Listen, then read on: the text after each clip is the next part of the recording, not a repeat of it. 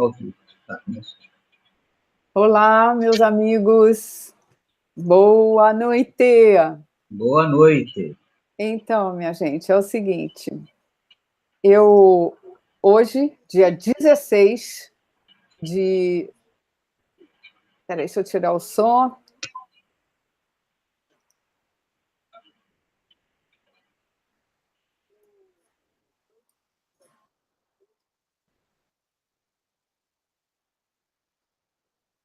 Pronto.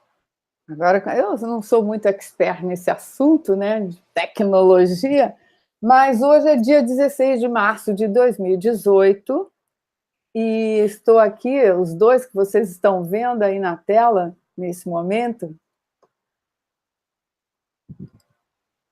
são doutora Marilene Dottaviano, que já está virando arroz de festa aqui, e ao lado dela o doutor Ângelo Denarti. E o doutor Ângelo Denarti, ele é professor universitário, ele foi professor universitário, se formou em Direito, Economia e Ciências Contábeis, e esse curso onde ele foi professor, ele dava aulas de contas nacionais. E acho que ele tem muito a acrescentar aqui no Brasil Colateral, porque nós vamos ter que abordar também coisas que têm a ver com contabilidade da administração nacional desse país. E a doutora Marilene é formada em Direito e Ciências Jurídicas e Sociais pela PUC de São Paulo. Boa noite, doutora Marilene. Boa noite, doutor Ângelo. PUC Campinas. PUC Campinas. PUC Campinas. A gente tem que honrar a casa. Então, olha, doutora Marilene, é o seguinte, eu estou muito curiosa para saber de vocês o seguinte, nós estamos vivendo um país caótico, onde nós sabemos que os três poderes não se comunicam, nós estamos acompanhando tudo como se estivéssemos numa arena, e os atores ficam lá embaixo, né? Se degladiando, porque os três poderes estão, de uma parte, as facções políticas brigando entre si e tentando resolver seus problemas, e na outra parte, assim, raríssimas figuras, né, ilibadas, tentando reerguer alguma moral nesse país.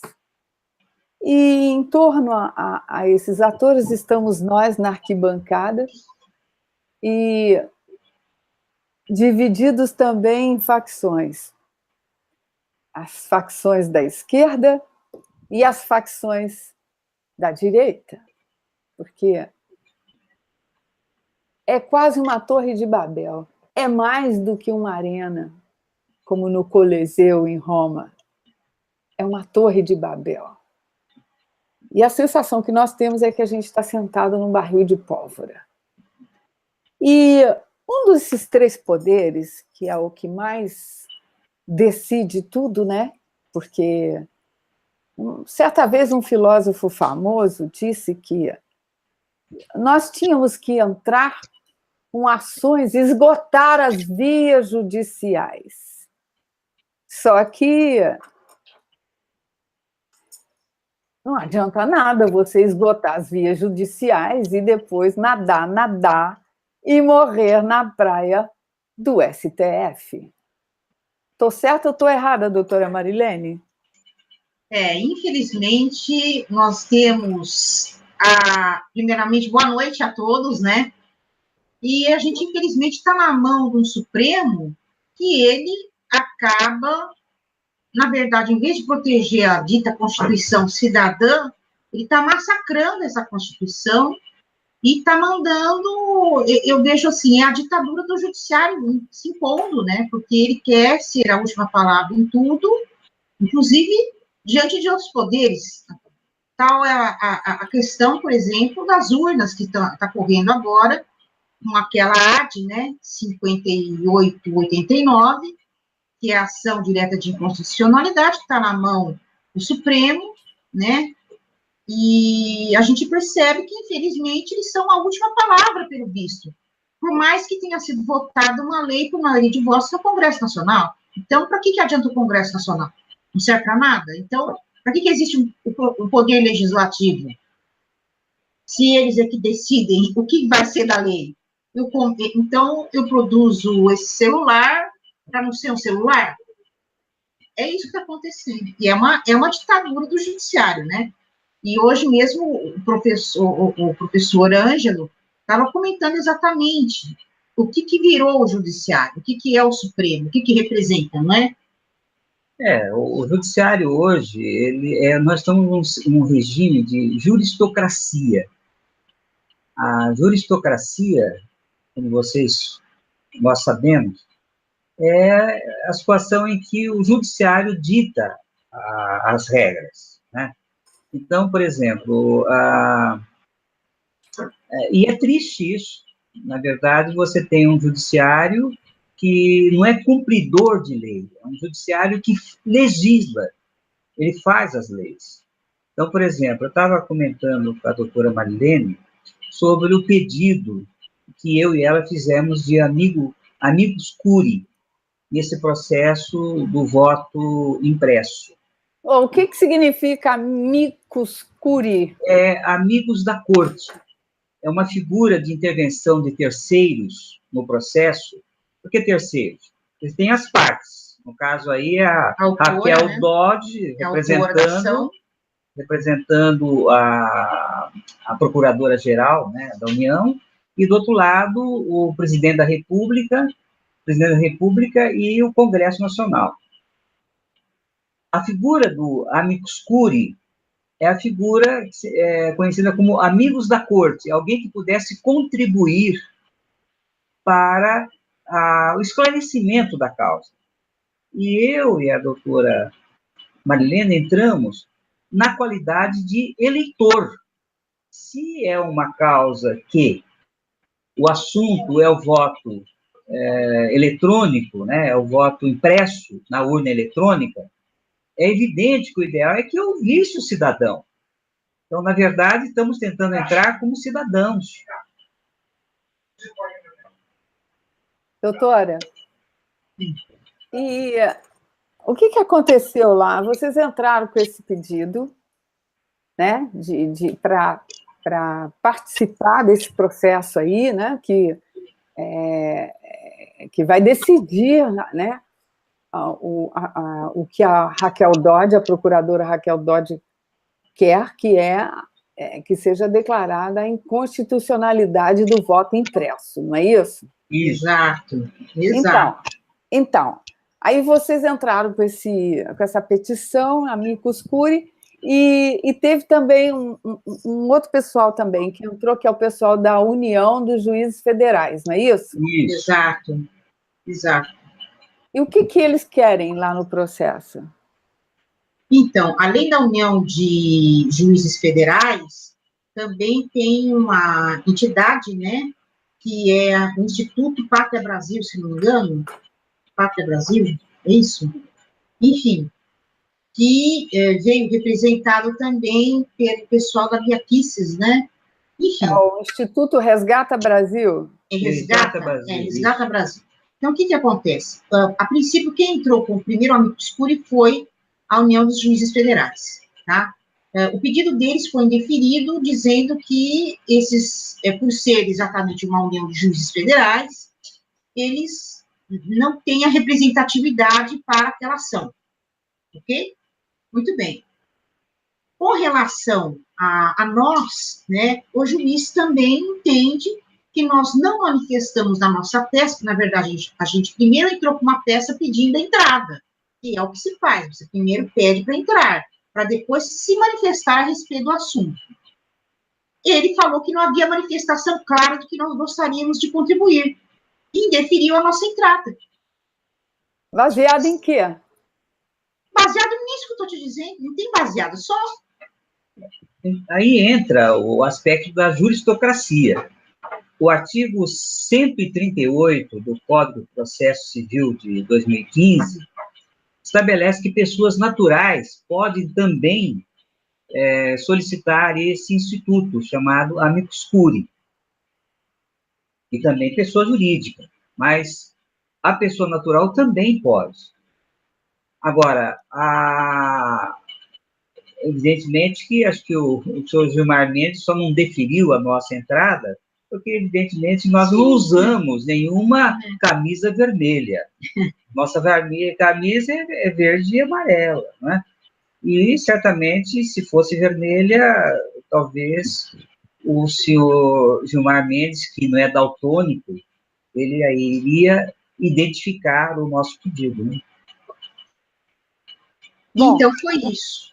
Tá? Mas o que a União dos Juízes Federais está pedindo, né, com essa petição também? Porque você me falou alguma coisa aí sobre os valores das impressoras, que eles acharam um absurdo.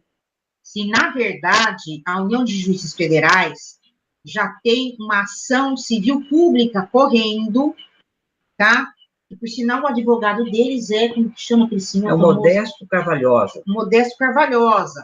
E o Modesto Carvalhosa, nessa ação civil pública, levanta exatamente uma das situações do valor das urnas, tá? Que foram superestimados esses valores. Tá? Então, a impressora da urna, que é uma impressora térmica, no mercado, ela não passa de 148, 200 reais no máximo. E eles valutaram essas urnas, deram um valor de 2.000 reais para cada impressora, por 2.000 reais. Então, eles colocaram um valor muito maior para dizer, olha, não vamos ter orçamento para comprar urnas vamos ter dinheiro para comprar impressoras para todas as urnas. Que isso, doutora? Só que esse valor de 2.000 reais, que é um valor irreal, óbvio que não vai ter, né? Não é engraçado? Que bonitinhos. O processo eleitoral que nós temos aqui no Brasil, né, das urnas eletrônicas, na verdade, é um processo todo fraudulento, né? Desde da votação até a apuração. A apuração das eleições passadas foi secreta, com apenas 20 pessoas que acompanharam a apuração, né? E chegaram dizendo, olha, o resultado é esse. O que, evidentemente, que por si só já caracteriza a fraude, né? Eu vou declarar aqui a minha posição, se a gente chegar às eleições desse ano. Eu não vou votar. Eu, como protesto, irei até a escola a sessão em que eu voto, e vou dizer, olha, eu estou com o meu título eleitoral aqui em dia, mas eu não vou participar dessa fraude. Isso é fraude. E eu, como uma pessoa de bem, uma pessoa que paga os meus impostos, uma pessoa cristã, uma pessoa de bem, não quero participar dessa fraude. E se tiver algum jornalista, eu falo, olha, é isso que eu vou fazer. E gostaria que pessoas também de bem agissem assim também. Claro. Bem, doutora Marilene, a senhora vai votar? Então, eu tenho veja bem, nós somos colegas e as nossas convicções também são diferentes, tá? Obviamente que ouvindo o depoimento do professor da Unicamp, que é o Diego de Freitas Aranha, que foi dada na Comissão de Constituição e Justiça no Senado, é assustador entender que eu transcrevi o depoimento dele, e lendo o depoimento dele, linha por linha, palavra por palavra, fica claro que o software que vai na urna eletrônica, ele é vulnerável de manipulação. Inclusive, você consegue passar voto de um para o outro. Então, a impressão em si não garante lisura. E outra, a apuração é feita dentro da máquina. Ela é secreta. Então, nós não temos, na verdade, como fazer recontagem, tem como manipular o software, e ele deixou claro que é altamente vulnerável. Então, depois que você lê um depoimento de um especialista desse, que trabalha com decodificação de programas, em todas as palavras. Você acha que o voto impresso, inclusive, você consegue identificar o eleitor que votou. É. Tá? Então, veja bem, a urna é o problema, não é o voto impresso. O problema é a urna. E a apuração, né, doutora? Exatamente, e a apuração. Então, o meu desejo como eleitora é que, já que nós temos urnas que são altamente vulneráveis, tá? Que o voto impresso não vai garantir essa transparência, a gente vai ter que voltar para aquela urna, né, de papel. E essa sugestão eu dei, viu, doutora? Tá? Eu dei essa sugestão. E o voto teria que ser contado manualmente, publicamente, na sessão que foi feita a votação. Mas, olha... Mas isso tem até previsão legal, vamos dizer a verdade. Agora, o certo seria, você não pode pôr, então, voto impresso? Não pode colocar? Então, substitui a urna e a impressora, que você não tem, por uma urna de lona, com voto em papel. Aí eu vou votar. Certo? Caso contrário, você realmente está assinando com a sentença de morte. Você tá se coadunando com a ilegalidade. Está sendo um conivente. E existe previsão legal também disso, porque se a urna tiver defeito, apresentar defeito, tudo mais, ela tem que ser substituída por outra urna ou por uma urna de votação física, tá? Agora, volto a dizer, com a declaração do Diego, do professor Diego, não dá para confiar nas urnas. Essa é a questão. Então, a Justiça Eleitoral está querendo acobertar um sistema eleitoral que a gente sabe é uma fraude. Como que eu vou dizer para o eleitor, vota na fraude? Né? Transparência. O pior disso tudo, doutora, o pior disso tudo é que o gado já está no curral indo para o abate. O que eu estou dizendo, a luz que nós estamos trazendo aqui, poucos enxergam. Eu consigo entender ele também, porque nós somos profissionais de área específica. Entendeu?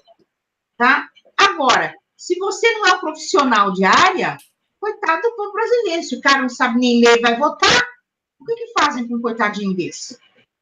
Né? Há 7 meses das eleições. Sim. Veja bem, há 7 meses das eleições está se discutindo ainda se vai ter voto impresso, se não vai ter voto impresso.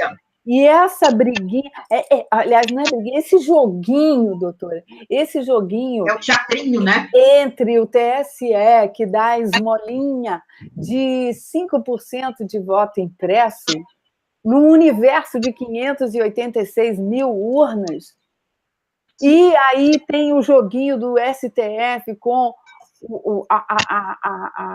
o processo da Raquel Dodge para ser declarada a inconstitucionalidade do voto impresso. De novo. Presta atenção, gente, pelo amor de Deus. Por acaso, será que alguém vai ter condições, confiança para votar? Então, vamos pensar o seguinte aqui.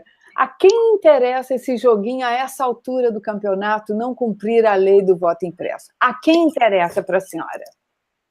Exatamente aqueles que querem se manter no poder, para continuar o que está aí. É a implantação definitiva do comum socialismo no Brasil. É isso. Acabou. Essa é a realidade. Que a gente já está, para mim, no meu ver, a gente já está dentro de um sistema comunista. Né? Eles só vão terminar de pegar o pacote e colocar o laço. Nós estamos com a implantação do socialismo no Brasil. Ele começou com a Constituição de 1988.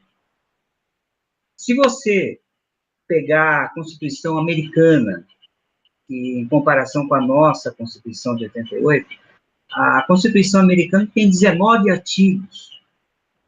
A nossa tem mais de 326, 325, mais de 300 artigos. É uma Constituição que quer disciplinar tudo, quer, na verdade, controlar tudo. Isso é típico de uma Constituição socialista, comunista. As constituições democráticas, elas, na verdade, estabelecem princípios. E, na verdade, são princípios e regras da organização do Estado e da forma de aquisição de poder, e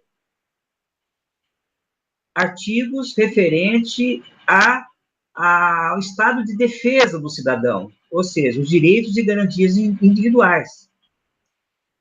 Tudo fora isso é próprio das constituições socialistas e comunistas.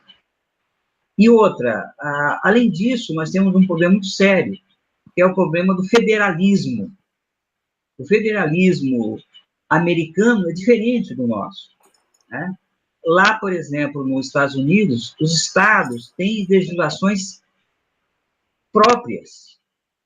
E, na verdade, aqui no Brasil, não. Como é um sistema centralizado de poder, a Constituição, as constituições dos estados, é basicamente como se fosse uma convenção de condomínio.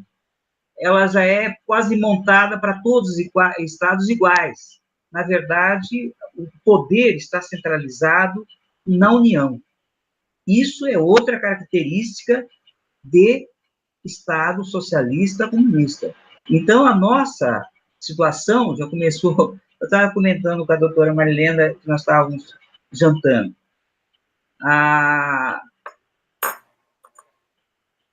Os militares, eu tenho críticas pesadas aos militares.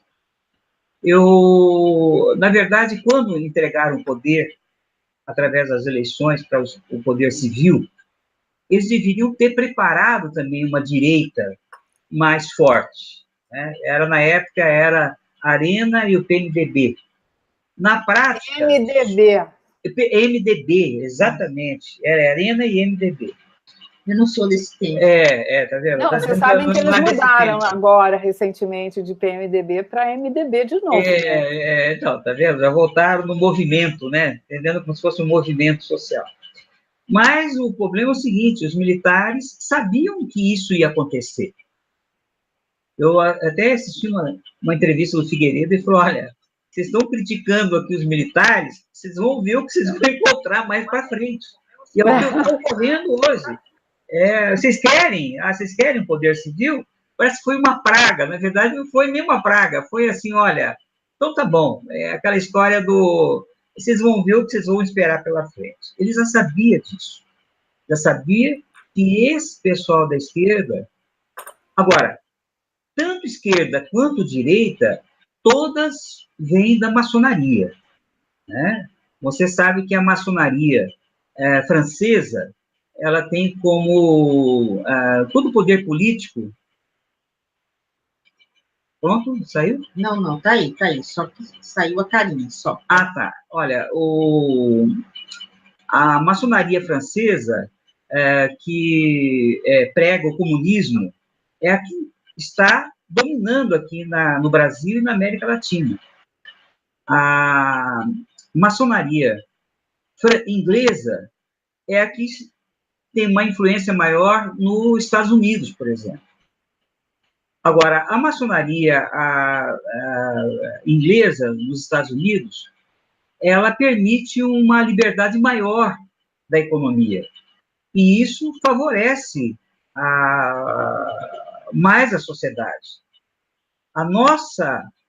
O poder político que está atrás do comunismo é a maçonaria francesa, que realmente é o pior dos regimes. Nós estamos, na verdade, sendo sujeitados pelo pior dos regimes aqui no Brasil. Marta. Então, eu queria falar uma coisa com vocês. Quando o professor Loriel Rocha diz que não tem mais volta, a gente fica querendo acreditar que não é possível, que não é possível, que não é possível. Mas eu estou chegando a essa conclusão porque os sinais, né, são tão evidentes, mas tão claros, de concentração de poder na mão de poucos aí.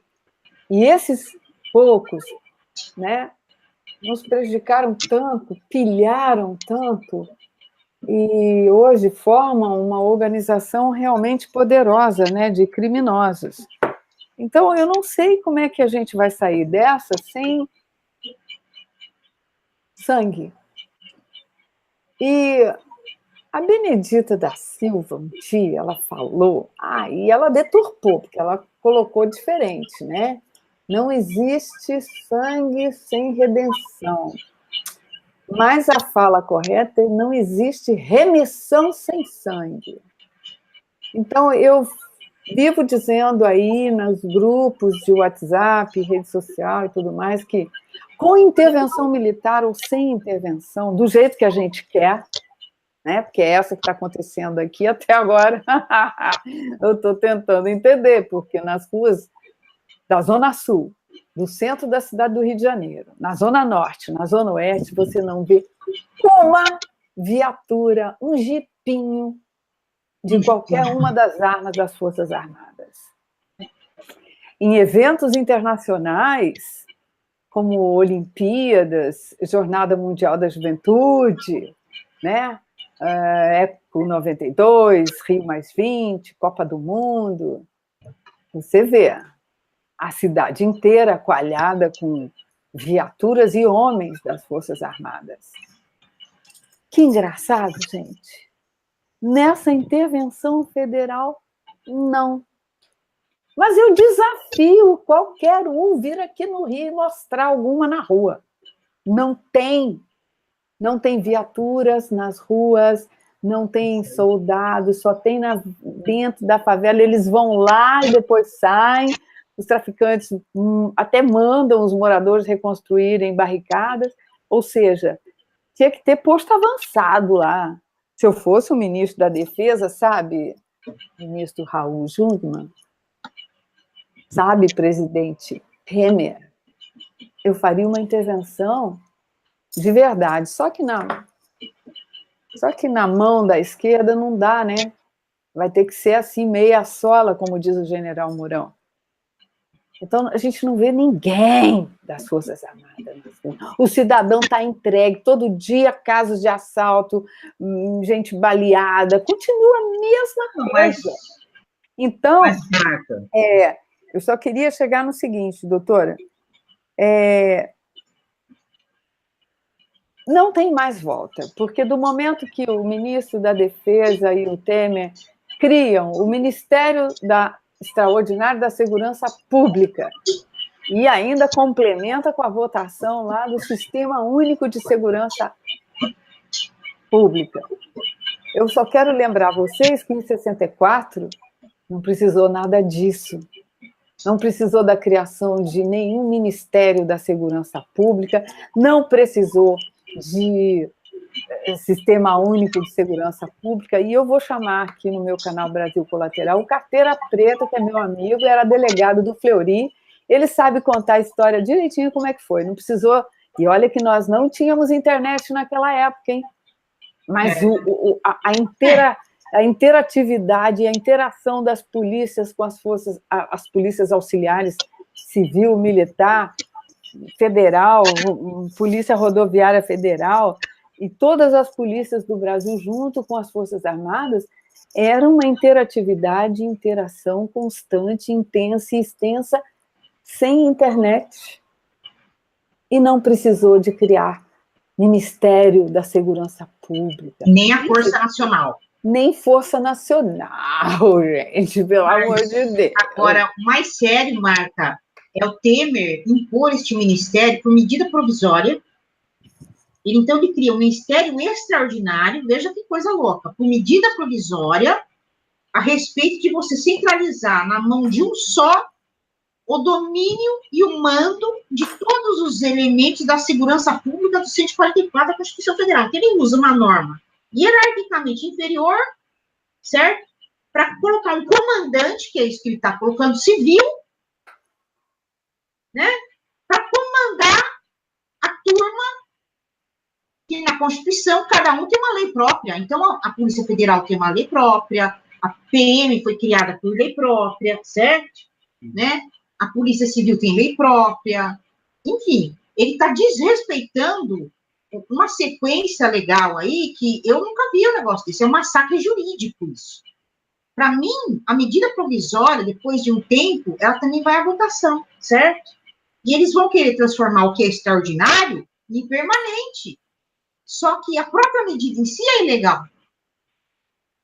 Entendeu? Porque está passando por cima, por exemplo, as Forças Armadas têm na PM, na Polícia Militar, o seu braço, porque num problema interno ou externo, elas são as forças auxiliares do Exército e da Marinha e da Aeronáutica, em caso de guerra interna ou externa. Então, quem vai mandar? São as Forças Armadas. Quem manda na PM, na verdade, que é o braço das Forças Armadas, são as próprias Forças Armadas. Não pode ter um ministro civil no meio do caminho. Isso não existe. Tá? Então, eles querem fazer uma integração de uma forma ilegal, né? Por uma medida provisória, quer dizer, um absurdo jurídico tão louco que é inacreditável. Não, isso tem um nome, né, doutora? Tem um nome isso, né? É um governo totalitário já, só não vê quem não quer.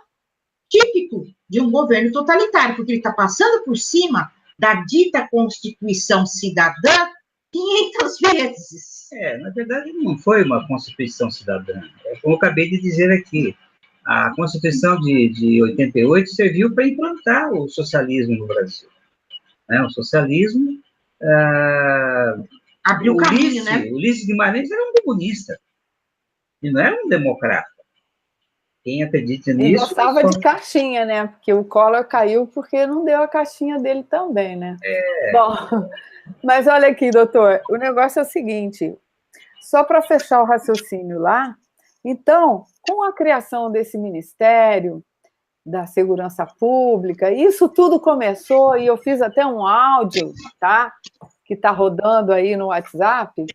Eu me lembro bem que no final de dezembro de 2016, tá? O ex-ministro da Justiça, Alexandre de Moraes, ele fez uma reunião com os secretários de Estado de todo o Brasil para decidir e para que todos assinassem o Plano Nacional de Segurança Pública. Isso foi a última semana de dezembro, essa reunião. Na primeira semana de janeiro, teve uma segunda reunião, sempre para discutir o Plano Nacional de Segurança Pública.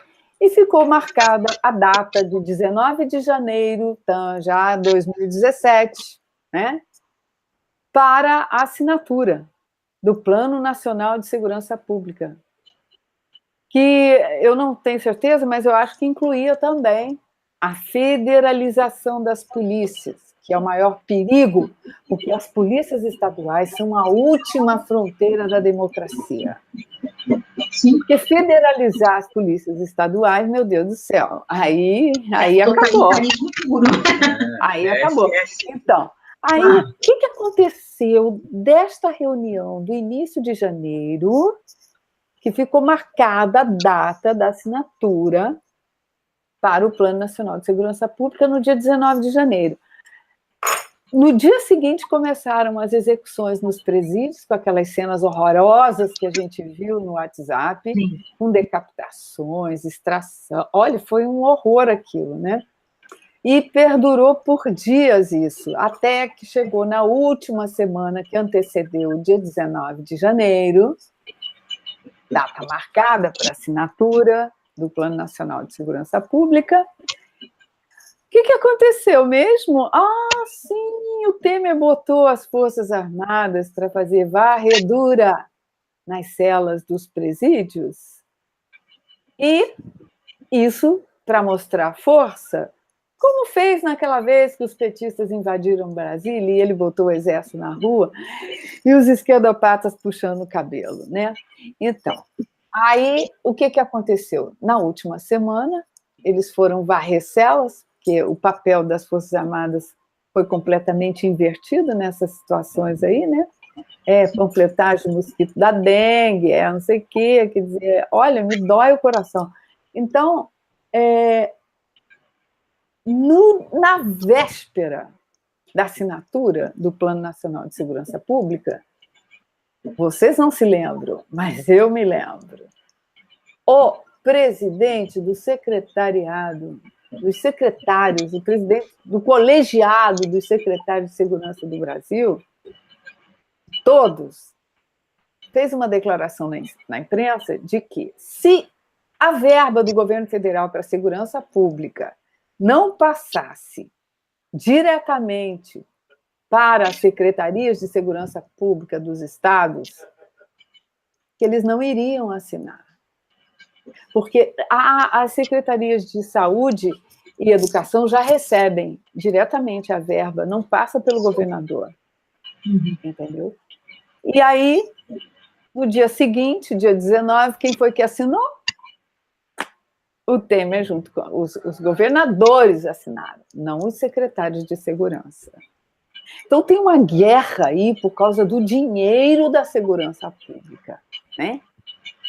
E aí, de lá para cá, teve início o movimento das mulheres de militares, de policiais militares, no Espírito Santo, no Rio, em Natal, em tudo quanto é lugar. Vocês se lembram?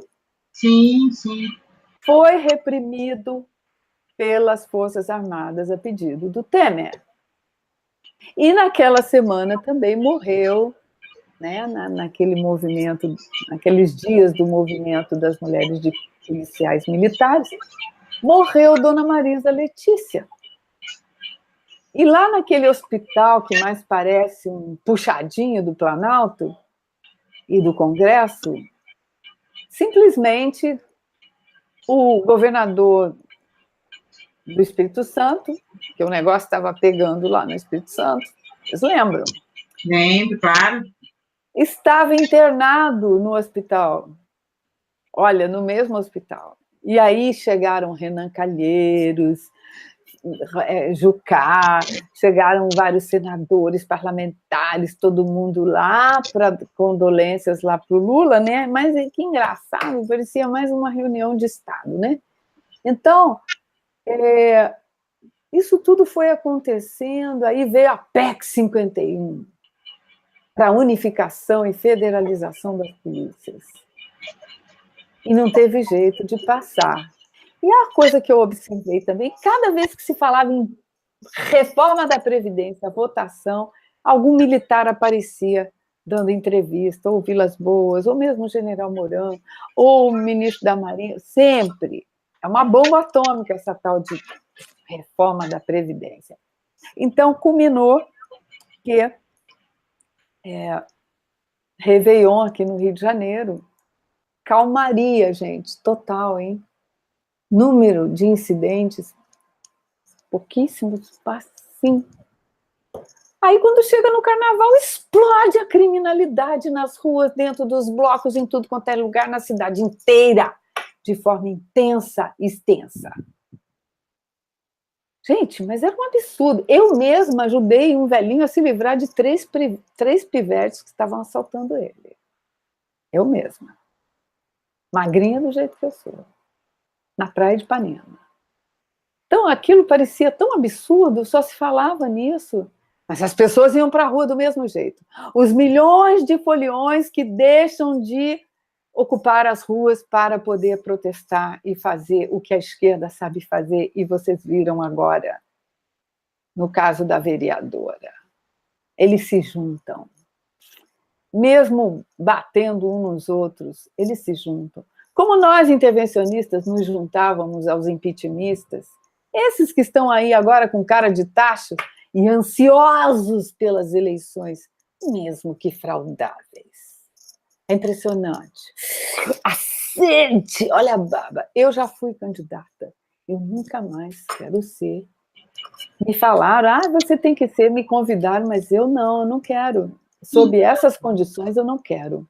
O pessoal que liderou os Vem Pra Ruas da Vida, o MBL aqui de Campinas, eles estão detonando todo mundo que é intervencionista. Mas é claro, né? Que é uma coisa de doido. Hoje mesmo eu conversei com um amigo, ele falou, mas ele sabe fulano de tal movimento? Eu falei, você, ele está agora me atacando aqui, entra dentro da minha página, para ficar Mas é assim mesmo, eu também sou muito atacada, você também. Quantas vezes? A gente esteve junta lá na mesma trincheira, lá na ocupação do plenário da Câmara, né? Então, as pessoas nos atacam, pegam foto do nosso Facebook, eu mesma publiquei minhas fotos, fizeram um dossiê de fotos que eu mesma publiquei. Imagina, se eu tivesse alguma coisa para esconder, eu ia publicar você acredita que me falaram que eu tirei foto com a Joyce Heisman, com a Bia Kicis e com aquela outra, como que ela chama? A Zambelli. A Zambelli. Eu falei, me explica, cadê essa foto que eu não sei? Pois é, então... Até isso. Quando... esse turbilhão de foliões nas ruas, mas, gente, sem brincadeira, o bloco, durante o carnaval, o monobloco, por exemplo, acho que dá quase 2 milhões de pessoas na rua, aqui no Rio. Bola Preta, cordão do Bola Preta, são milhões. Anitta levou milhões para o centro da cidade, na Cinelândia. Gente, lá na Praça Mauá, é uma coisa absurda. O que tem na cabeça dos brasileiros, meu Deus do céu? Eu, sinceramente, eu perdi minha vontade de ir para a rua. Eu me dei tanto durante esses anos todos, desde 2001, lutando pela intervenção. Eu fiz um esforço pessoal e financeiro absurdo, que eu cansei, porque é tanta facada nas costas. E aí não é nem por isso, porque isso faz parte, né? Os inimigos, o fogo amigo, esse povo aí. Mas o problema todo é que é uma doença mental. É um povo que precisa de alegria urgente, custe o que custar, um abadá, um ingresso de futebol, né? O dízimo lá na Igreja Católica, no culto, né? No templo, no terreiro, em qualquer lugar. Alienação é uma coisa doentia, Marta. Eu vejo na televisão a quantidade de gente e ninguém se liga em ir para a rua para fazer para combater os caras, né? Porque se a gente pegar uma quantidade dessas que acontece aqui nos blocos de carnaval, gente, e a gente for para Brasília, cada um compra sua passagem lá e vamos embora. Sim. A gente expulsa os caras de lá, meu Deus do céu. Mas, olha, Marta, eu vou falar uma coisa agora aqui. A esquerda é profissional. Exato. A direita, na verdade, nem a direita, como eu falei assim, tanto direita quanto esquerda, elas são sustentadas pela maçonaria. Todos os maçons estão atrás do poder político. Agora, o cidadão é que está fora, está órfão. E acontece justamente isso, quer dizer, ele está sendo alienado pelos meios de comunicação há 30, 40 anos atrás. A direita, entre aspas, achava que pode reverter isso de uma hora para outra. Não é assim. Não é mesmo. Antônio Gramsci disse o seguinte: precisamos tomar primeiro a cultura do país. Foi o que eles fizeram nesses 30, 40 anos, que estão implantando socialismo, comunismo no Brasil. Então, é uma coisa mais profunda. Então, essa alienação do povo, é uma coisa... Eu não sei, eu concordo com você, não sei se tem retorno, pelo menos a luz do fim do túnel nós vamos encontrar. Eu creio que não, né? Porque toda essa doutrinação ela tem um efeito mais duradouro, né? Agora, eu estava também comentando com a doutora Marilene, o discurso da esquerda é mentiroso, enquanto que esse talvez seja o grande calcanhar de Aquiles da esquerda.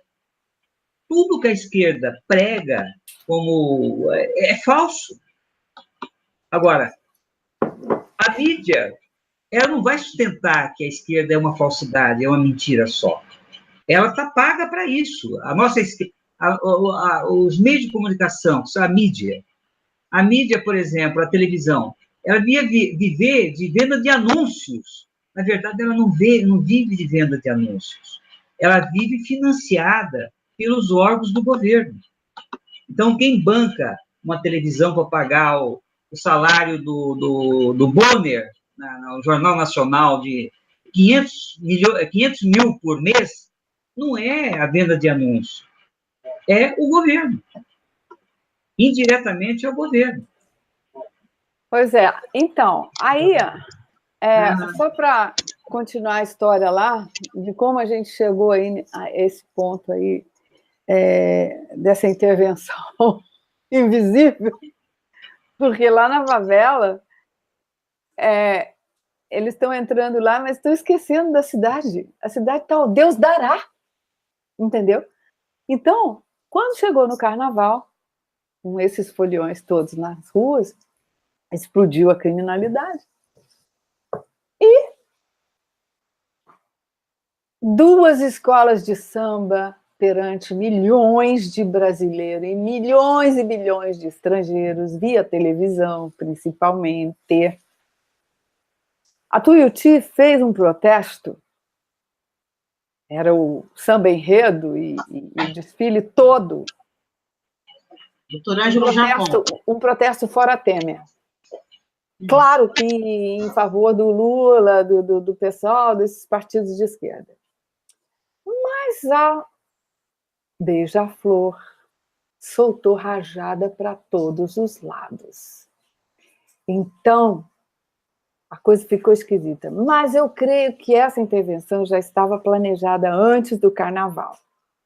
Eu já tinha ouvido falar dias antes, poucos dias antes, 8 dias antes, precisamente.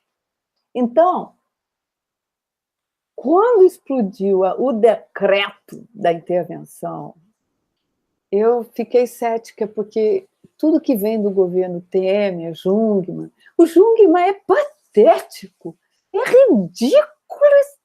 Eu acho que ele vai entrar para a história como o ministro da Defesa mais ridículo que já existiu no Brasil, na história do Brasil. Então, simplesmente, ele anuncia essa intervenção. Mas existe uma guerra, além da guerra do narcoterrorismo, que é a guerra entre empresários de empresas de transportes de valores e mercadorias e uma pressão violenta em cima do governo federal, onde eles ameaçam paralisação. E eu dei o furo de reportagem em janeiro de 2017, que eles queriam fazer uma paralisação. Foi quando começou essa fofoca aí, né? E já estavam lá em dezembro querendo. Aliás, foi em final de dezembro, junto com a reunião do Alexandre de Moraes. Eles queriam fazer uma paralisação, e é um setor de extrema segurança nacional. Porque os caminhoneiros que fazem essas greves aí, essas tentativas de paralisação que fazem, são autônomos. Eles não têm a força que têm as empresas de transporte de valores e mercadorias. Eles têm força, mas não conseguem porque não tem liga entre eles. Já tentaram várias vezes, a gente incentivou, apoiou e tudo mais.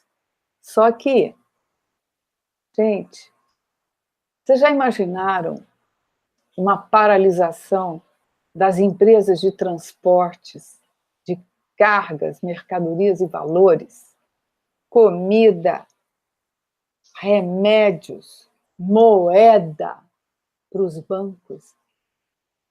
E, em função dos assaltos, a coisa parece estar sendo feita mais para essas empresas do que para nós, cidadãos comuns.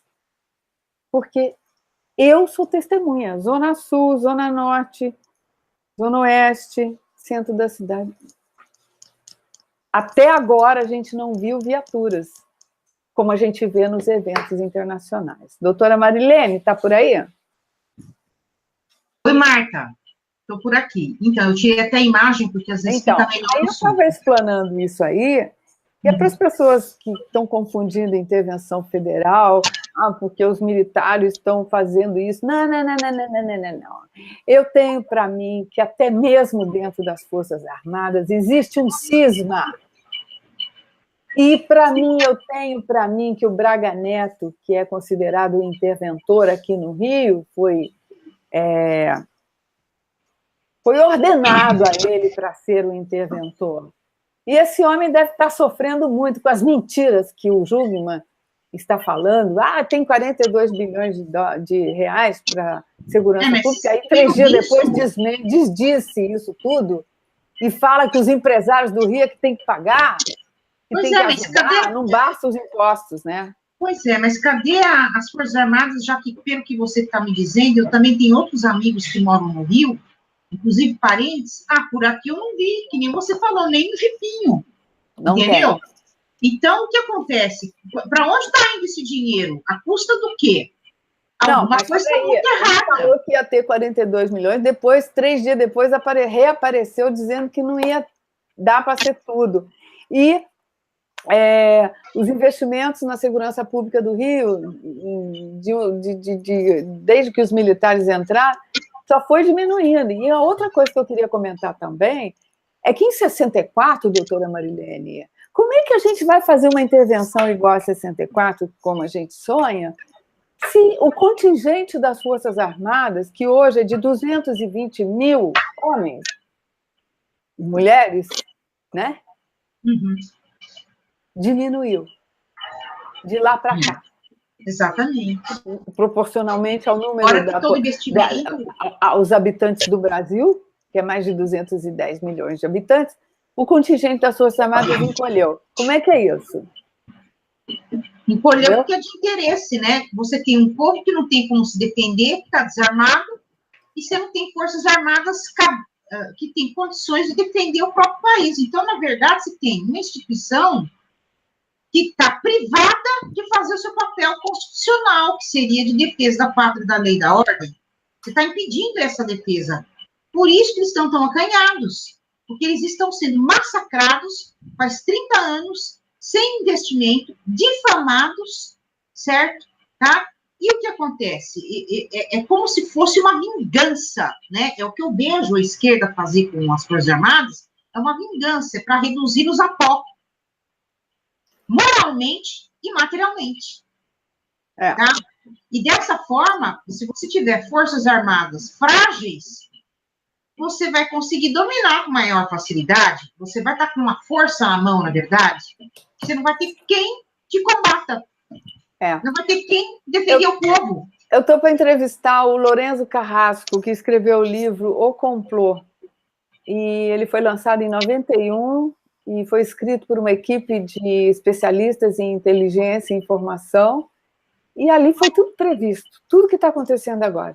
Tudo, mas assim, detalhadamente, entendeu? E o Lourenço mora aqui no Rio, doutora.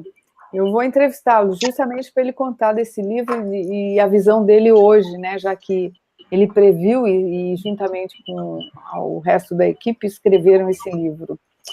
Bom, então, para entrar no segundo bloco, ligado ao tema do Hangout, doutora, considerando tudo isso, né, todas essas emendas, remendas, né, da Constituição, e vocês são advogados, né, tudo isso é um escárnio e, como diz o professor, não tem mais volta, e essas eleições, se não tiverem o voto impresso, realmente serão fraudadas novamente, e eu também não sei se eu estou entusiasmada dessa vez a votar no menos pior, porque o candidato favorito da direita também ele tem se comportado de uma forma estranha, que inclusive até bandido na assessoria dele tem, que me contaram aí. O que você acha? O que você acha desse candidato? O Bolsonaro, né, na verdade, o Bolsonaro é uma direita canhota. Né? Não, me falaram que tem a pessoa que me falou, e eu queria até, se ele quiser vir aqui falar alguma coisa, né? Eu gostaria de ouvir e que todo mundo ouvisse também a versão dele. Ele tem processo de Maria da Penha, tem processo de... Mas isso é o mínimo, isso não é importante. Estelionato, quer dizer... O Bolsonaro aí vem o Olavo e fala assim, porque ele está numa campanha presidencial e não num processo de beatificação. Mas, ora bolas, e a coerência, onde é que fica? Porque nós, eleitores, a gente está querendo... Mas o Bolsonaro não faria nada na situação do Congresso hoje. O Bolsonaro faz parte do Foro de São Paulo. Bolsonaro... Com que base você está falando isso? Olha, ele consta o nome dele no projeto do PT, no projeto de... na Bahia, que foi feito um caderno de teses do PT. O PT é articulador... mas o que consta no caderno de tese, pelo que eu sei, é a eliminação dele. Não, mas isso é uma propaganda para ele. Isso é propaganda para ele. Na verdade, é a famosa teoria das tesouras, né? Vamos criar, nós que criamos a oposição... Uma falsa oposição. Que é nossa, falsa oposição. Na verdade, não existe direita no Brasil. Não existe partido de oposição ao sistema socialista. E me fala uma coisa, você lembra do candidato Índio da Costa? Não lembro, mas o que eu quero dizer para você é o seguinte, o Bolsonaro, vamos dar um exemplo, que ele entrasse, algumas bravatas que ele diz, não, o povo precisa armar o povo, não sei o quê. Ele não faz nada, o Congresso é que manda. Na verdade, não é nem o nosso Congresso que manda aqui no Brasil. As leis vêm da ONU. A ONU é que manda lei aqui para ser carimbada para o Congresso e aplicar no povo brasileiro. A exemplo da 8169, que foi assinada pelo FHC, virou decreto na mão do Lulinha, e vai criar várias nações indígenas dentro da nação brasileira. O caso também da lei de imigração. A lei de imigração não foi feita pelo Matheus lá, que era o Matheus, o senador. Já veio da ONU. Então, entenda o seguinte, hoje um Temer é um gerente dos interesses externos, um gerente aqui, como se fosse um gerente desse interesse comunista, socialista, né, aqui no Brasil, e Bolsonaro, se entrar e tentar impor alguma daquelas medidas que agora ele diz pôr, eu te digo mais, olha, vamos fazer o que fizeram com o Collor com ele. Tirar ele para correr. Eu vou voltar para correr. A coisa é tão profunda, a coisa está tão profunda no Brasil, que, como eu disse para você, é o trabalho de profissionais, a esquerda sempre foi profissional, os empresários perceberam isso e preferiram, enfrentar essa esquerda, preferiu se aliar a ela. É o que nós estamos vendo os grandes empresários hoje sendo conivente com todos os escândalos aí que estão ocorrendo, quer dizer, os grandes empresários, não os pequenos e médios, não. Esses estão sofrendo toda essa política de esquerda, né? E de forma que eu não tenho muita expectativa para que haja uma mudança nessa situação. As pessoas não entendem que o partido que ele fazia parte, quando começou o São Paulo, tá? Fazia parte do Foro de São Paulo. Se as pessoas forem pesquisar, vão encontrar, né? Sim, olha, todos os partidos de esquerda no Brasil, por exemplo, o Ciro Gomes é o PDT. O PDT foi um dos iniciadores do Foro de São Paulo, junto com o PT. Né? E ele se posta de liberal, da opção liberal. Ele é bem articulado, o Ciro Gomes, né? Mas, na verdade, é um candidato melancia. Ele é verde por fora, e um pouco amarelo por fora, e vermelho por dentro. A melancia Marina Silva, essa é melanciaça mesmo. Agora é o seguinte, olha, gente, eu queria falar disso tudo aí. Aquela já não é melancia, ela é tanto vermelha por fora quanto por dentro. Aquela é mais. Então ela é um tomate. É que ainda é melancia. É um tomate. Aquela é um tomate. É um tomate. Bom, olha só, doutora Marilene, a doutora Ângela, você sabia que o senhor tem um sobrenome de um general que a Dilma exonerou, o general Nardi? Tá vendo? Então, pode ser uma boa pessoa, viu? Se foi o general Nardi foi exonerado pela Dilma porque ele não se conformava. É uma boa pessoa. Pode ter certeza que é uma boa pessoa. Ele não se conformou com a história dela ter sancionado a lei do visto sem consulta prévia, principalmente para imigrantes de países em conflito. Hã? Vocês lembram? Eu lembro. Entendeu? Agora eu queria perguntar, doutora Marilene, vocês que são advogados,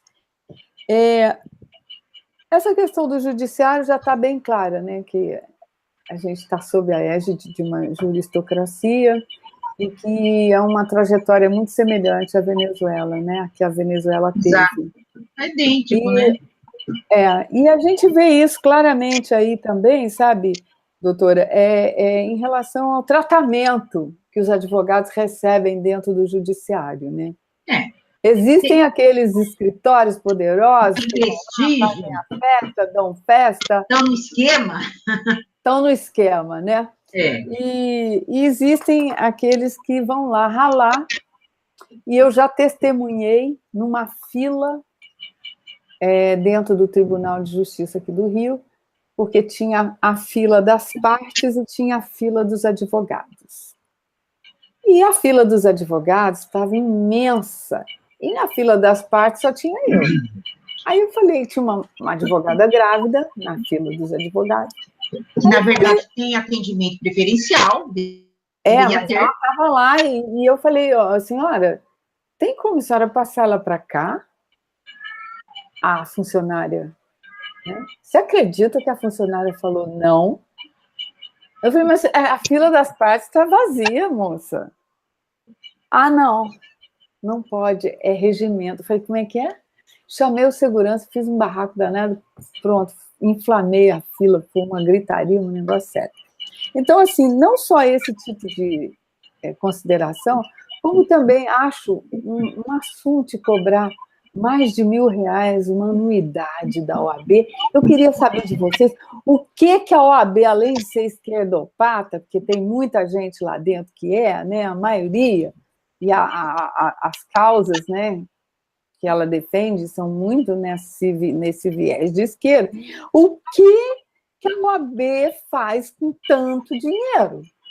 E por que a OAB não atua em favor dos advogados, que são, às vezes, sim, discriminados, massacrados, e não adianta nada fazer uma peça maravilhosa, bem feita, bem escrita, o juiz vai lá, nem lê aquela coisa lá e dá uma sentença horrorosa lá. Fala aí. Fala, doutora Ângela, porque, senhora, primeiro de tudo, a OAB, em cada cidade, em cada estado, ela é independente, né? Por exemplo, a minha inscrição é São Paulo, a sua São Paulo também, né? Então, o valor que ela cobra é estadual. Cada diretoria estadual, né, e cada subseção faz a cobrança, né, a comando da diretoria estadual, né, e aquele valor é determinado por ano. Você paga, se você faz parte de uma sociedade de advogados, você paga anuidade pela sociedade de advogados e também anuidade individual, ao mesmo tempo, ok?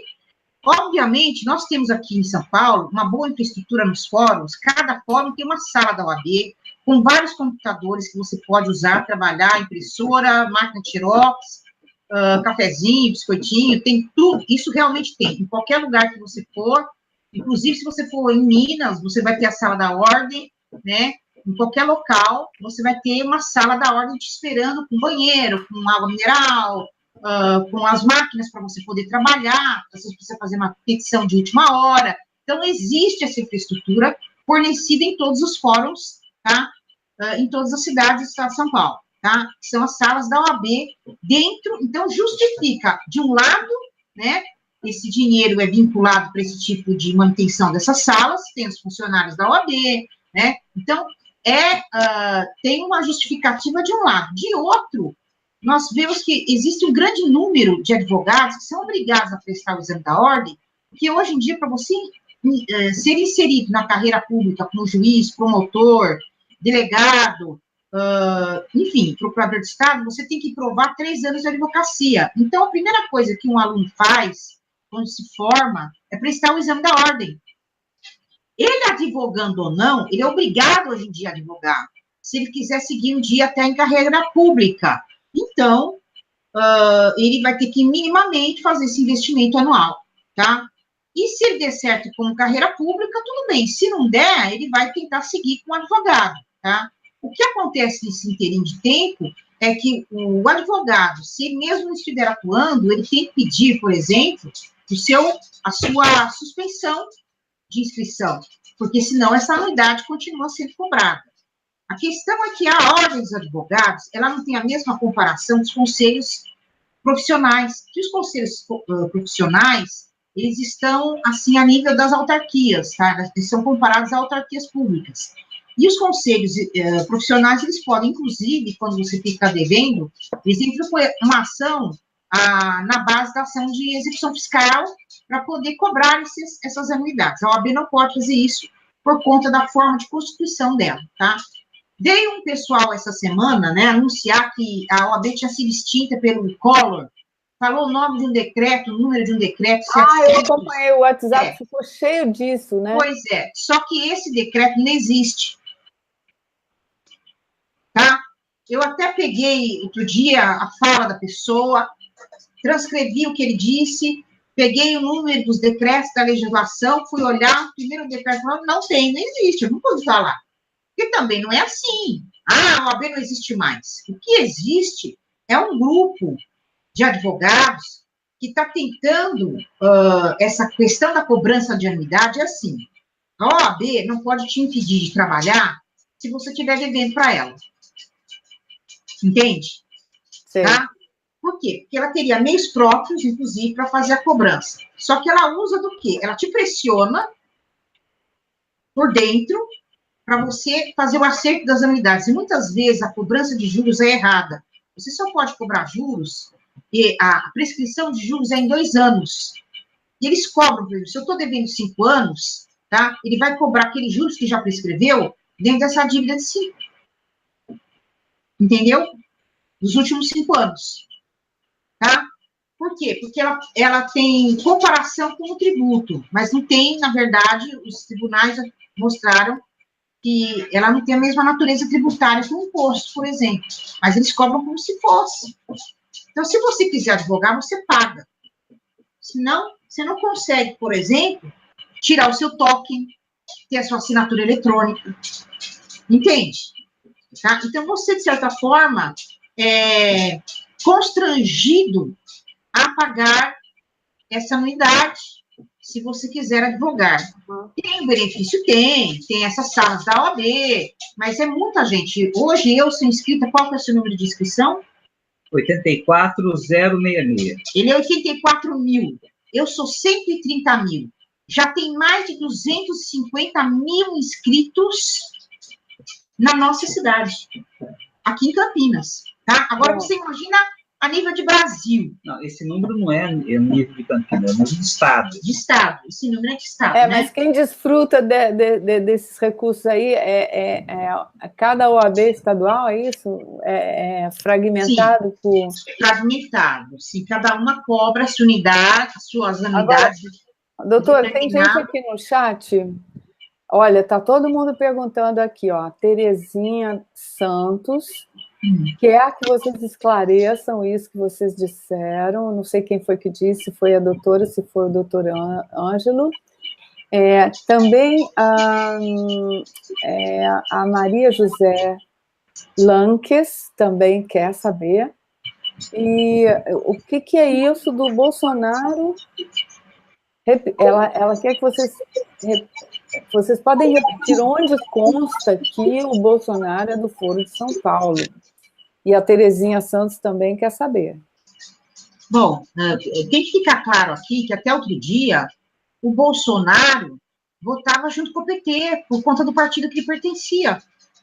E o partido... Mas isso, doutora, desculpa, hein? Eu tenho minhas críticas ao Bolsonaro, tá? E ultimamente eu até intensifiquei muito por conta de certas ações e iniciativas, né, dele, de assessores que estão lá do lado dele, principalmente.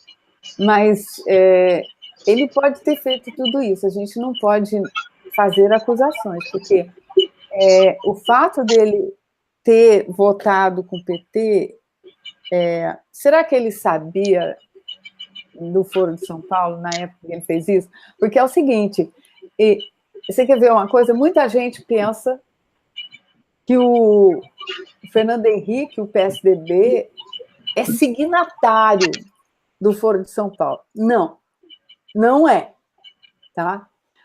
O que acontece é que o Foro de São Paulo está lá na página, quem quiser ver. Sim. Por isso eu critiquei o Bolsonaro, sim. Quando o Bivar, quando apresentou o Bolsonaro no PSL, o Bivar, presidente do PSL, disse assim mesmo, no início da apresentação, que iria procurar o apoio do MBL.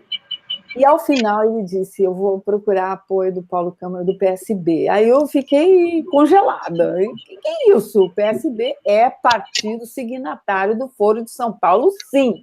Quem quiser entrar lá na página Sim. do PSB pode entrar lá, que está lá. É signatário.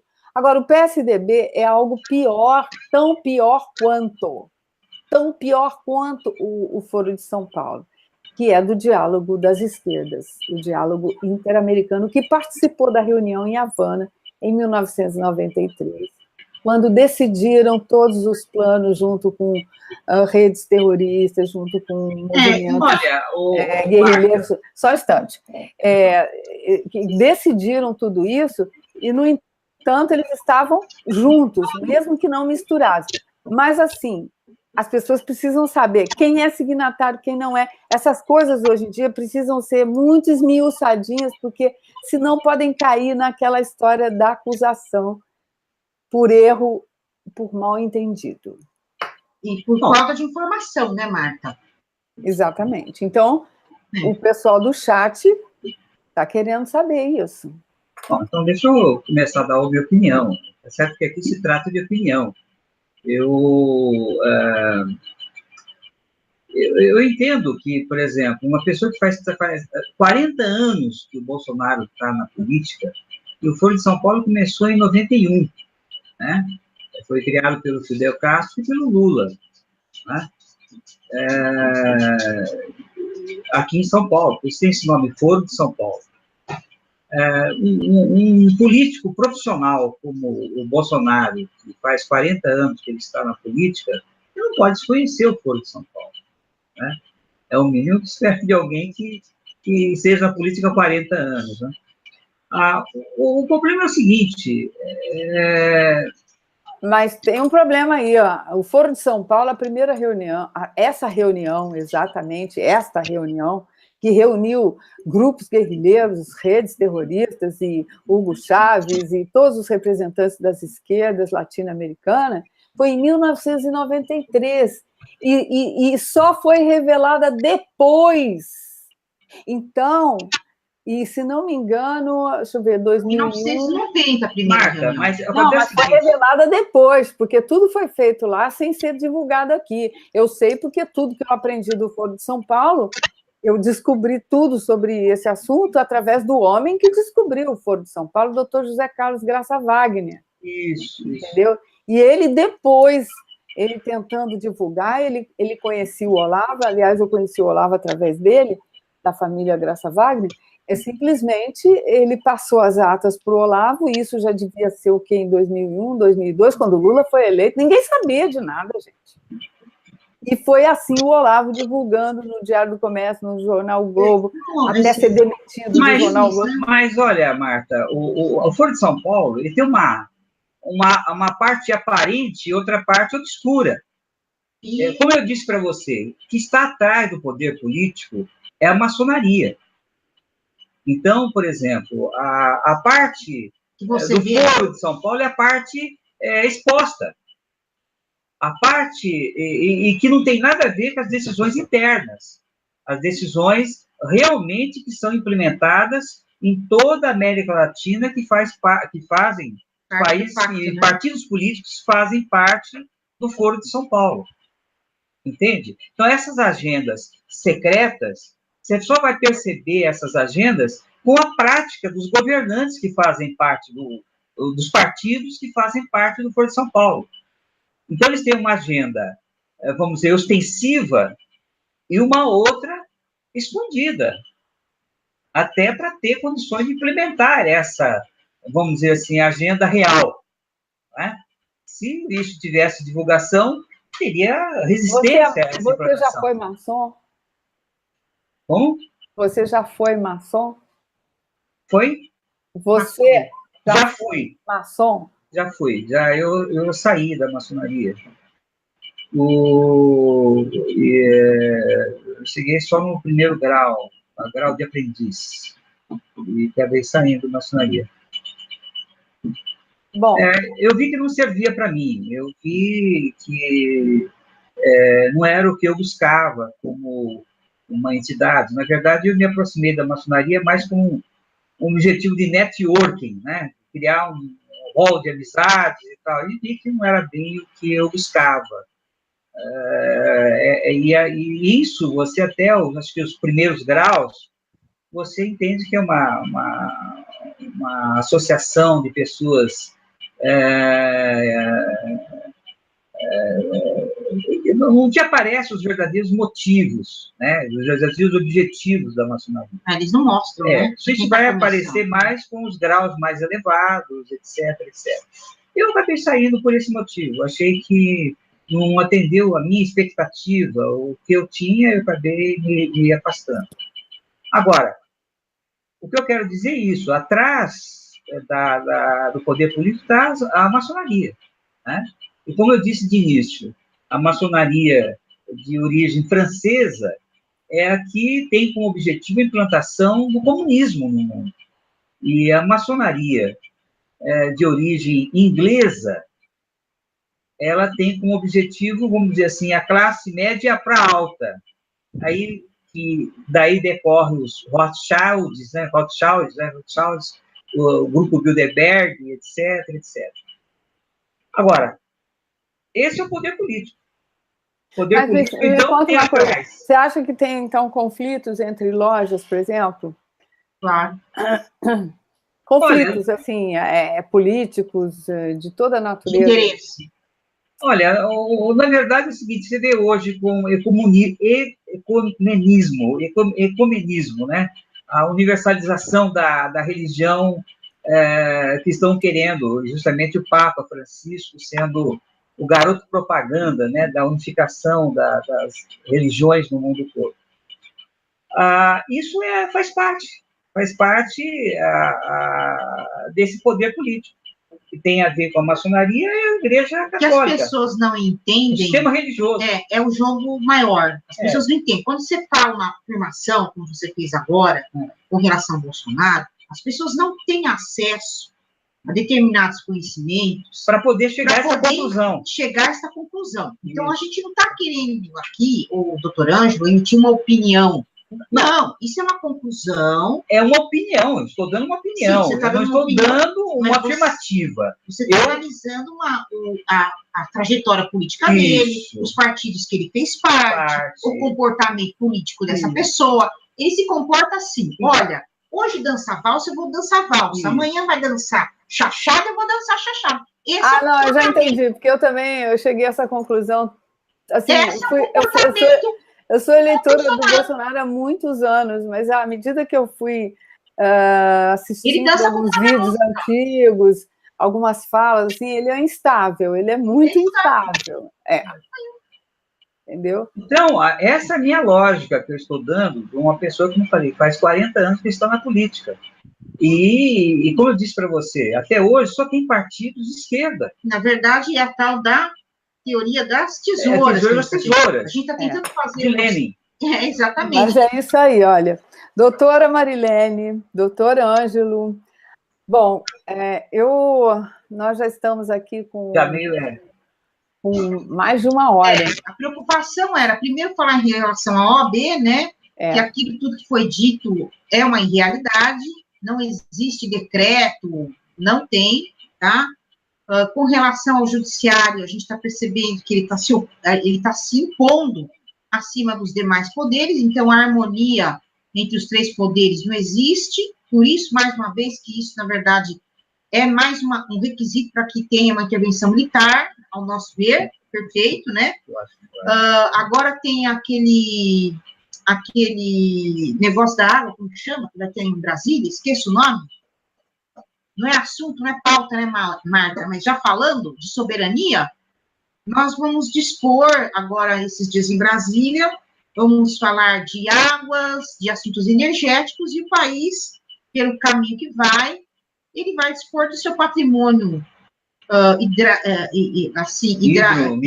mineral, né, e energético, e lotear o país por interesses externos, né? China está comprando o Brasil. Você bem lembrou. Esse evento, quem puder avisar o pessoal de Brasília aí, alguém tem que se inscrever, tem que ir lá, gente, porque vai acontecer em Brasília o 8º Fórum das Águas, dos Oceanos.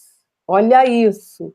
Ai, ninguém tá divulgando, a mídia não está divulgando, ninguém está divulgando, porque a gente não sabe o que eles estão querendo assinar, os tratados que eles estão querendo fechar nessa porcaria. Quem estiver aí em Brasília, vai lá. Pois é, quem for de Brasília tem que ficar de olho aberto para trazer informação, porque eles estão fazendo o quê? Uma divulgação muito modesta de algo muito sério, né? E o assunto é muito sério. Tem a ver com a soberania nacional. Então, a gente tem que perceber quais subsídios a gente tem que captar para, inclusive, fomentarmos amanhã algo em relação às Forças Armadas, e cobrar, inclusive, das Forças Armadas um posicionamento mais sério, porque a gente está percebendo que eles têm um dever de ofício, né? A gente sabe disso. Mas por que eles não estão cumprindo, aparentemente, com esse dever de ofício diante de tantas aberrações, né? Então, nós temos uma certa preocupação, porque a gente sabe, vê o Vilas Boas falando de legalidade, e que as instituições estão funcionando perfeitamente, o que não é verdade, tá? Infelizmente, diante disso, você vê, um tenta falar que o problema é a OAB, outro, não é esse o problema é simples. Nós temos 3 poderes, que quando eles querem, eles entram em conluio entre eles para fazer os trocadilhos. Quando eles não querem, eles fazem esse teatro. Para falar que existe uma democracia, o teatro é agora discutir o problema das urnas. É o teatro da vez. Mas isso é um teatro. As pessoas não percebem que o Tribunal Superior Eleitoral já está com tudo pronto. Olha, vai ser 5% de urna, vai ser. Olha aqui, olha o que eu acabei de saber, tá? Prestem atenção. Lewandowski é um teatro, gente. É um teatro. É um circo dos horrores. Lewandowski manda para a decisão do plenário do Supremo a ação que pede anulação da intervenção federal no Rio de Janeiro. Essa é a última. Eu vi isso ontem. Eu não sabia, não tinha lido ainda. Eu vi isso ontem. Junto com a medida provisória do Temer, que está ainda para ser recepcionada, né, se vai ou não, a respeito do Ministério Extraordinário de Segurança Pública, que é uma aberração jurídica, né, entre outras aberrações jurídicas, porque, na verdade, essa intervenção, ela não segue muito bem o que é uma intervenção. Ele está intervindo dentro da cidade, dentro de um setor da segurança pública do Estado. A intervenção, necessariamente, ela deveria ser dentro da federação, de um Estado da federação. Então, ela pegaria a intervenção verdadeira, a militar, o Estado do Rio de Janeiro todo, não só a cidade do Rio, entende?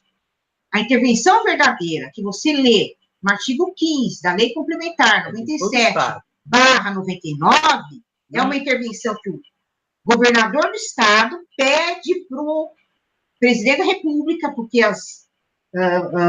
os órgãos de segurança pública não estão conseguindo dirimir a questão de segurança, ou qualquer outro motivo, entra e pede a intervenção militar para o Estado da Federação, para aquele Estado, e não para uma cidade. Então, eu entendo também como o Exército, as Forças Armadas estão vendo a legalidade disso, porque a lei dispõe de outra maneira. Está fatiando a Constituição de todo jeito. Eles estão desrespeitando, porque você tem o artigo 142, que fala da função das Forças Armadas, e esse artigo 15 dessa lei complementar, que é uma lei que fala da função das Forças Armadas como um todo, é ela que dá os detalhes de como vai ser, e é no artigo 15 que você vai falar da intervenção militar. E também tem um parecer, que por sinal, é um parecer que chama parecer GM 25, da Advocacia Geral da União, que detalha como se dá a intervenção no Estado e não na cidade. Entendeu? Então, é tudo muito estranho, esse teatro, perto das eleições, né? Querendo legalizar, né, uma urna com voto impresso, falando ou tentando iludir as pessoas que o fato do voto ser impresso vai dar transparência às eleições. Isso é uma mentira. O problema é a urna. É a apuração. Não, e a urna em si? A urna, ela é saudável. Que é sigilosa. Pois é, minha gente, olha, a hora já está gritando e vamos voltar aqui para falar mais coisas. E eu queria as considerações finais aí para a gente encerrar o Hangout. Doutora Ângela. Bom, Marta, como considerações finais, nós falamos sobre a OAB, então eu entendo que é um órgão totalmente infiltrado pelo governo, né, a infiltração gramsciana, né, de Antônio Gramsci. Quanto à urna eletrônica, é uma fraude que a gente tem ocorrido desde que foi implantado isso no Brasil, e aí desde até declarei minha posição diante esse processo de votação através de urna eletrônica. Eu, como protesto, não vou participar dessas eleições. Eu não quero participar de uma fraude. Eu também. Uma vez eu já rasguei o título, pensa. Isso é uma fraude. Eu não participo de fraude. Então, e eu digo assim, eu acho que a política no Brasil só tem a esquerda. Esse foi um trabalho de 30, 40 anos, feito pela esquerda. A esquerda é profissional, embora, como eu falei para você, ela não trabalha com a verdade, trabalha com a mentira. Mas a história do mundo tem andado, infelizmente, a população é considerada gado. É o gado que é comandado aí por 5 a 10% da população que comanda o gado. E, infelizmente, eu faço parte do gado. Eu não faço parte dessa minoria que comanda o país. Agora, eu estou querendo enxergar um pouco mais do que a maioria que está nessa condição de gado, né? É isso aí. Né? Olha, gente, muito obrigada aí ao pessoal que está prestigiando o canal Brasil Colateral. Aqui, e eu vou dar as minhas considerações finais. Eu acho que nós temos que tentar o mínimo possível para tentar barrar, de alguma maneira, com aquilo que a gente sabe, né? Nossa finalidade hercúlea tem sido, nesse sentido, nossos esforços, não só vindo num hangout, esclarecendo, falando o assunto. Entrando com ações na justiça. Pondo a cara lá no Supremo. E voluntariamente, né? Voluntariamente, exatamente. Todo o dinheiro do bolso. Exatamente. Então, a gente não tem medido esforços, Marta, para tentar falar, olha, a gente não vai aceitar isso. Exercer a cidadania. Exatamente. Então, o que nós pedimos para as pessoas, eu até dispus um modelo de um documento que a pessoa pode protocolar direto na sua justiça eleitoral da sua cidade, para que ela peça a transparência do procedimento eleitoral. Esse modelo está pronto, eu posso disponibilizar para as pessoas, a pessoa não precisa de advogado para isso, ela preenche esse formulário, pode ser impresso, preenchido à mão, em 2 vias, protocola, junta RG, título de eleitor e comprovante de endereço, protocola e fica com a sua via.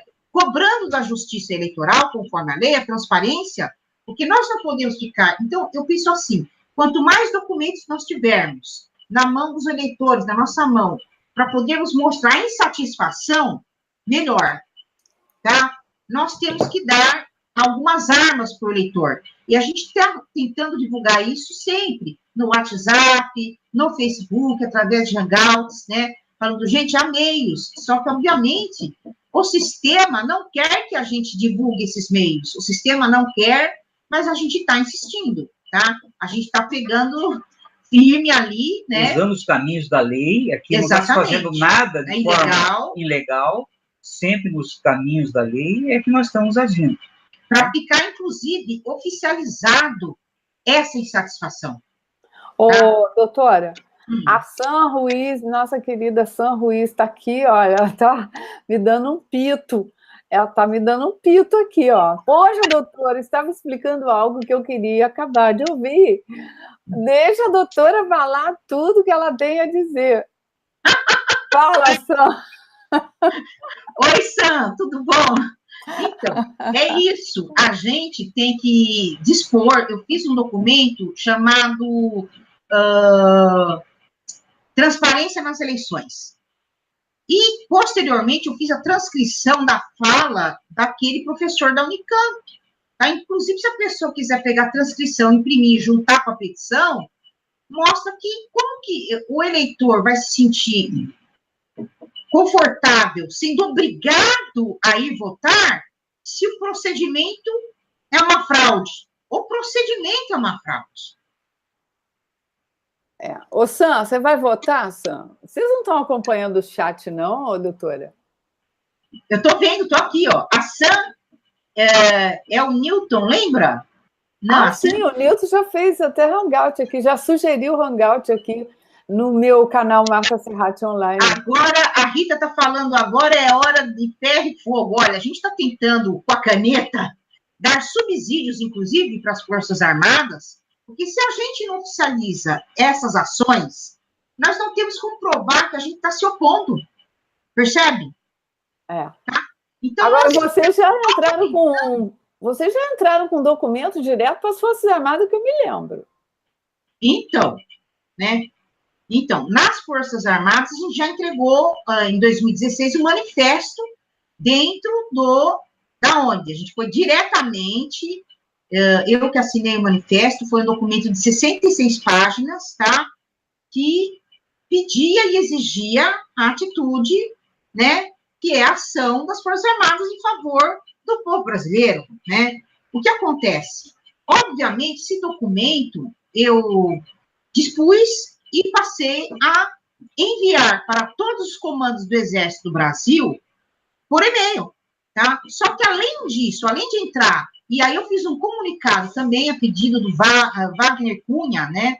Uhum. Ele pediu para fazer um comunicado para as pessoas poderem enviar por e-mail. Eu tenho esse modelo de comunicado à disposição de quem quiser, para a pessoa também, porque o e-mail é um meio material de prova, falar e cobrar das Forças Armadas a sua posição.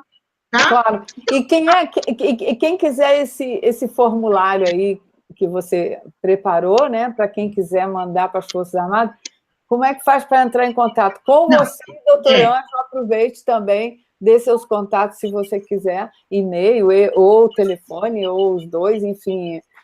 Então, são dois documentos diferentes. O formulário para a Justiça Eleitoral, exigindo transparência nas eleições, que é uma prova, você protocola, fica com o protocolo, uma via para você, né? Isso é importante o eleitor ter, para dizer, olha, eu não estou concordando com isso, eu quero saber da transparência.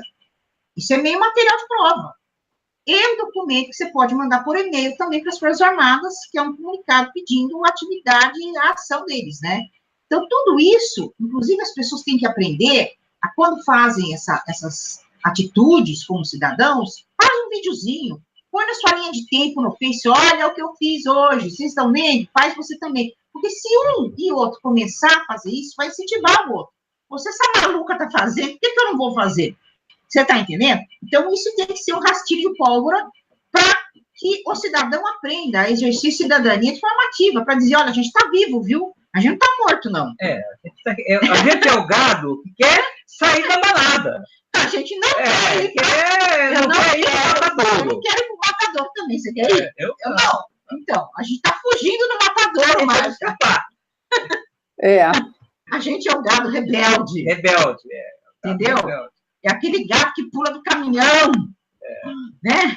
Que não se conforma. Então, a gente precisa aprender a usar os meios que nós temos, inclusive como advogados, para poder intervir nesse processo. Né? É o que a gente tem que tentar, pelo menos. Né? Então, como é que a gente vai fazer? O pessoal que quiser, entra em contato com você e com o doutor Ângelo.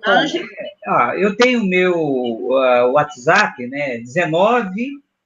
19996969702. E tem o meu e-mail, que é denardadv, tudo junto, denardadv@uol.com.br. Quem desejar mais informações sobre o que nós comentamos aqui e outros assuntos, pode escrever que eu tenho o maior prazer em responder. Doutora Marilene? O meu WhatsApp é o 19 984071902, tá? E o e-mail que eu vou disponibilizar é um e-mail que eu já utilizava desde 2016, que é o Brasil Acima de Tudo, 16/11/2015, @hotmail.com, ou marilenedotaviano@gmail.com, ok? Eu queria só acrescentar uma coisa, antes de terminar. Eu também tenho um canal no YouTube, com o meu nome, Ângelo Manuel Denardi.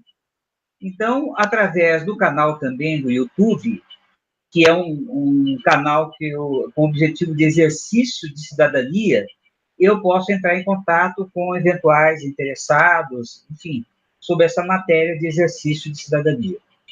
Muito bom. Olha, gente, muito obrigada aí, doutor Ângelo, doutora Marilene, minha querida amiga, adoro ela, nossa senhora. E eu queria deixar aqui o canal Brasil Colateral à disposição de vocês e de todos que vierem aqui.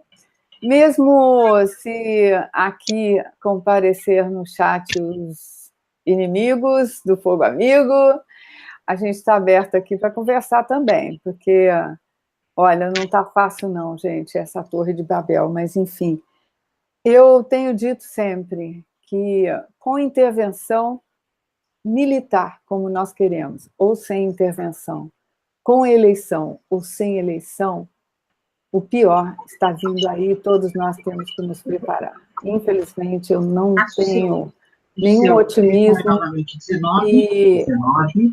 9. E eu quero só dizer o seguinte, que o Brasil Colateral, só um instantinho, doutora, deixa o microfone aí. Espera um pouquinho, perdão. O Brasil Colateral foi criado justamente para falar desses assuntos polêmicos aí, que no meu canal Marta Serrati Online tem 14 mil seguidores inscritos ali e tal, mas eu acho que o Brasil Colateral cola melhor com o conteúdo que eu publico, né?